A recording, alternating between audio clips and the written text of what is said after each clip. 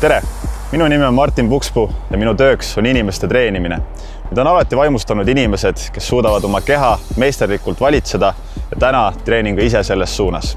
See on minu jaoks nagu mäng, kus liigun järjepidevalt samm-sammu haaval oma visioonide suunas.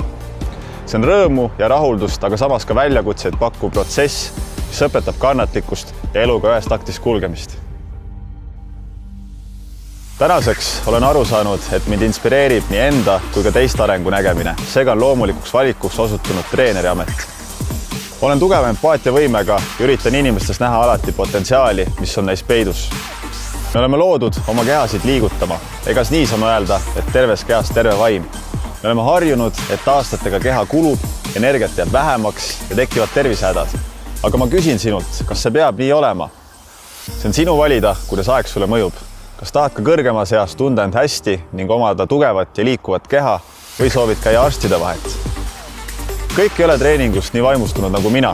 Ma mõistan seda. Meil kõigil on erinevad huvid, et me kõik vajame tervet ja toimivat keha selleks, et tunda end hästi. Uuringud näitavad, et jõutreening muudab luud ja liigesed tugevamaks ning aeglustab luude hõrenemist. Oleks ju tore eakana jää peal kukkudes püsti tõusta ja naerda, selle asemel, et omale kiirabi kutsuda. Kõik algab väikestest sammudest, millest saavad kokkuvõttes suured sammud. Ja kuna me oleme harjumuste ohvrid, siis oleks tark idee luua omale kasulikud ja elujaatavad harjumused juba täna. Siinkohal tulengi appi mina.